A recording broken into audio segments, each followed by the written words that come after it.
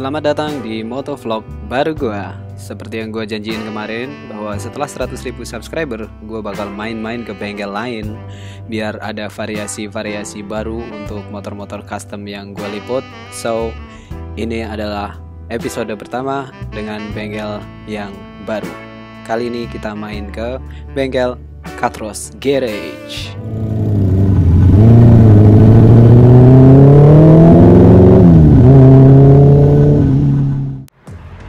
Selamat sore. Hari ini gua lagi di bengkel. Bengkelnya ada di Rempoa. Rempoa itu mana sih? Ciputat. Iya, Ciputat. Nah, bengkel ini namanya Katros Garage. Bengkelnya lumayan kecil, tapi karya-karyanya nggak ada yang kecil, besar sih. Dan sekarang gua udah ngobrol langsung sama yang punya, namanya Mas Ateng. Halo Mas Ateng. Halo. Gue mau nanya-nanya nih, bengkel lu kayak canggih banget. Gue langsung mangap-mangap waktu sini tadi. Fiturnya ada komputer. Gue biasanya gambarnya pakai tangan sama krayon. Gue mau tahu dong kalau kita nge-custom di Katros itu prosesnya seperti apa aja? Dulu awal gua ketika mulai bikin motor sama bengkel, gue bingung gitu loh, ini modelnya kayak gimana, si modifikatornya hanya ngomong-ngomong gitu aja gitu. Jadi akhirnya ketika gue bikin bengkel, mulai start the Katros, gue berpikir gimana caranya supaya customer gue bikin motor itu nggak kayak beli kucing dalam karung gitu loh. Oke. Hidup bareng, ngedesain bareng, gue desainin mau motor seperti apa, nanti kurang lebih hasilnya seperti inilah yang ada di yang nanti jadi gitu. Oke. Terus kalau ngomongin soal akurasi antara desain dan hasil, biasanya idealisme seorang Ateng itu seperti apa? Oke. Jujur aja kalau dari desain ke hasil akhirnya tuh nggak 100% mirip ya, tapi ya taruhlah 80-90%. Tapi di sini yang gue pegang kuncinya adalah soulnya sama. Soulnya gitu. sama. Jadi motor itu misalnya yang satu misalnya bodinya warnanya merah gini, terus kalau masalah warna sih mungkin sama, cuman kalau bentuk-bentuk misalnya panjangnya tetap proporsional gue jaga gitu loh. Kadang kalau dilihat di Photoshop proporsionalnya oke, tapi begitu gue lihat hasil jadi akhirnya kadang memang proporsionalnya oke. Nah kalau kayak gitu terpaksa yang di hasil akhirnya itu yang menjadi beneran itu gue rubah lagi biar proporsionalnya tetap kelihatan langsung itu tetap oke gitu loh. Oke. Terus bengkel Katros ini bisa ngapain aja sih? Oke, memang buat custom sih, tapi apa aja yang bisa dilakuin di dalam bengkel ini? Oke.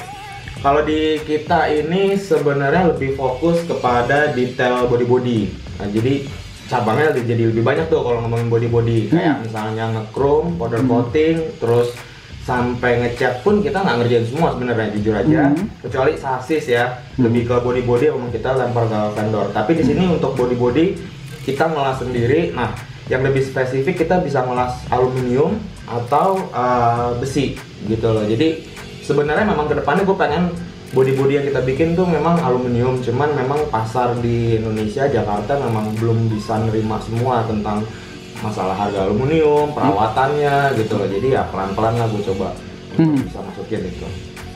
Terus Katros ini berdiri sejak kapan? Katros itu berdiri dari tahun 2009. Awalnya Katros itu nama blog, gue suka nulis. Oh sama. Gue sempat jadi penulis juga di media. Terus gue suka nulis. Tahun 2009 tuh namanya Katros lah, thekatrosblog.blogspot.com gitu. Nah terus itu tentang motor-motor custom. Nah mulai dari situ banyak yang nelpon minta bikinin motor. Jadi awalnya hanya bikin tangki, lama-lama jadi bikin full motor. Ini sejarahnya apa nih? Nah ini foto dari motor yang pertama banget gue bikin buat customer ya. Kalau motor pertama gue bikin udah pasti motor gue ya. Tapi yang buat customer ini CB ya? Ini CB cepet ya. CB cepet. Ini gue bikin pertama. Cafe Racer yang klasik. Iya. Ini masih di rumah juga tahun 2009 ya, tulisan 2009. Dan ini untungnya atau fee buat bayaran gue 500.000 tahun 2009. Dan gue seneng banget waktu itu dapat 500.000. Bukan nominalnya tapi gue bisa loh dibayar gitu. Ada loh orang yang mau bayar gue bikin motor ternyata gitu. Jadi gue seneng banget. Ada loh orang yang mau bayar lo untuk ngelakuin hal yang lo suka. Iya. That's the point. Gitu. Nah akhirnya dari situ gue bikin, akhirnya ya udah kenapa nggak coba aja jadiin bengkel, tapi passionnya tetap hobi gitu loh. Itu juga alasannya kenapa gua nggak mau buka bengkel di pinggir jalan gitu loh. Jadi gua tetap mempertahankan hobi gua. Jadi bikin motor hobi, passion. Jadi kualitasnya gua usahain tetap terjaga gitu loh. Oke, berarti ngejar kualitas bukan kuantitas. Iya, betul. Oke. Nah, sejauh ini yang udah lu garap udah berapa motor? Bisa kehitung nggak? Nggak pernah ngitungin sih. Dari 2009 100 motoran lebih lah ya. 100 motoran lebih. Tapi itu dulu motor-motor campur lah, motor kecil, motor gede gitu. Tapi memang dari dulu sampai sekarang memang lebih banyak sekarang kalau untuk cc di atas 2,5-nya. Kalau dulu lebih banyak ke CB misalnya gitu kan, terus GL, terus naik ke Scorpio, Thunder 2,5 gitu. Anggap aja gue customer yang bingung. Gue datang ke bengkel terus gue pengen modif gitu, dan bisa nggak seorang mekanik di sini mengerti tentang selera customer walaupun dia sendiri belum tahu tracker seperti apa, scrambler seperti apa, cafe racer seperti apa. Untuk mengatasi customer yang bingung seperti itu biasanya Kak terus gimana tuh? Gue akan buka internet pasti ya, Google. Gue akan kasih semua referensi, terus gue tanyain, lu suka nggak model ini? Gitu loh. Jadi gue ada kebetulan gue hafal. Kalau bengkel di luar kan punya ciri khas masing-masing ya gitu. Misalnya kayak Range Monkeys yang gelap-gelap warnanya gitu. Terus gue bukain deh Range Monkeys, gue kasih lihat gambarnya. Lu suka nggak motor-motornya? Kalau dia bilang, wah gue suka nih kayak gini, dia akan jelasin. Gue akan tahu kalau dia suka warna-warna gelap atau monokrom gitu kan. Atau misalnya kalau dia nggak suka, gue coba bukain Deus yang warnanya lebih atau Maria malah yang warnanya tabrakan. Maria Motors yang kita bertabrak gitu kan. Jadi lebih ke situ pelan-pelan gitu. Terus kalau masalah model, gue sih malah sebel banget kalau gue pengen bikin cafe racer, pokoknya harus cafe racer gitu. Gue lebih tekanin ke dia, ini custom, lu jangan ngeplot. Gue cafe racer, gue tracker, gue bikin aja yang lu banget gitu loh. Gue sih pengennya seperti itu. Itu sih kalau dari gue, jadi pelan-pelan kasih lihat referensinya, jelasin. Mungkin ya kalau dia punya waktunya cukup lama di sini ya gue akan jelasin kenapa cafe racer, sejarahnya gimana segala macam. Jadi ketika jadi nggak cuman dia make doang gitu, cuman ikut-ikutan misalnya gitu. Tapi memang dia gitu lah ya kan. Oh, gue nggak suka cafe racer, gue maunya tracker karena motornya dipakai harian gitu misalnya. Ketimbang cafe racer yang harus nunduk gitu kan. Tapi modelnya memang gue suka cafe racer tapi nggak gue lah gitu. Akhirnya bisa lah gitu dia tahu diri dia maunya kayak apa gitu. Betul. Tambahan teman-teman, custom itu bukan untuk gaya-gayaan. Sebenarnya yang paling utama adalah kita mengcustom kendaraan agar sesuai karakter kita, jadi lebih nyaman waktu kita pakai. Gaya dan seni itu bonusnya. Itu menurut gua sih.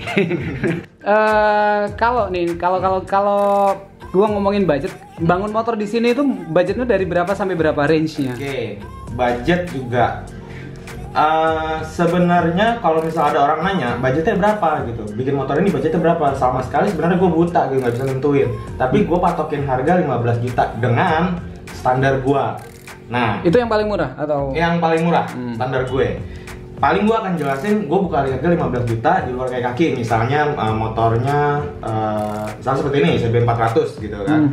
Ini gue misalnya buka harga 15 juta terus sampai 20. Tapi kalau misalnya fork depannya mau diganti upside down, tinggal nambahin harga forknya dan ongkos pasangnya. Karena forknya juga tergantung ya, mau apa namanya, impor limbah atau yang aftermarket. Aftermarket gitu. Oke. Seperti itu detailnya gitu. Jadi kalau misalnya masalah harga ya paling start gue 50 juta. 50 juta, 15 juta. Tapi kalau misalnya budgetnya nggak ada segitu, gimana? Downgrade. Gue bilangnya downgrade. Yang penting poinnya tadi, gue pengen banget bikinin customer motor yang dia banget. Kan nggak harus mahal gitu loh, nggak harus yang aftermarket yang misalnya bannya Firestone gitu kan. Bisa gitu loh kalau misalnya dia gayanya uragan gitu kan, pakai ban kasar aja ya misalnya gitu kan pakai ban-ban model-model yang tahu-tahu gitu, kayaknya buat tracker kan keren gitu. Jadi intinya balik lagi sih ke konsep. Oke.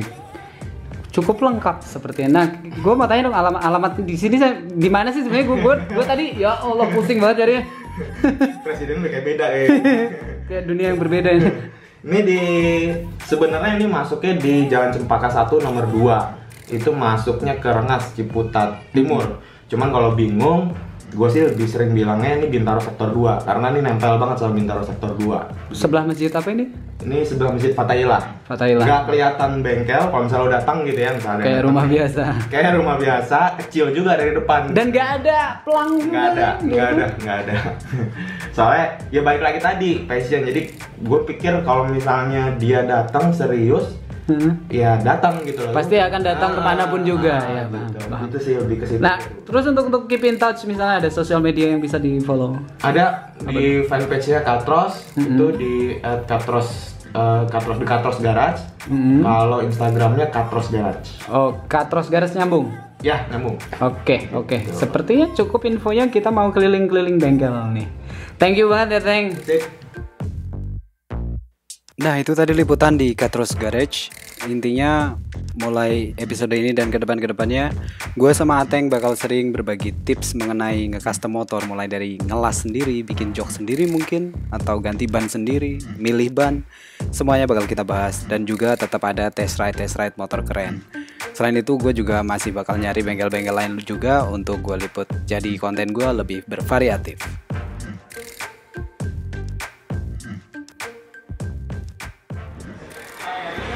Iya, so itu tadi hasil main-main ke Katros Garage. Lu udah lihat semua isi dari bengkel ini dan juga udah dengerin apa kata yang punya bengkel. Jadi kalau lo pengen custom motor, lu bisa main ke bengkel ini yang punya ownernya friendly banget. Dan thanks for watching this episode. Semoga episode ini berguna buat lo. Sampai jumpa di episode lain yang lebih keren. Sampai jumpa.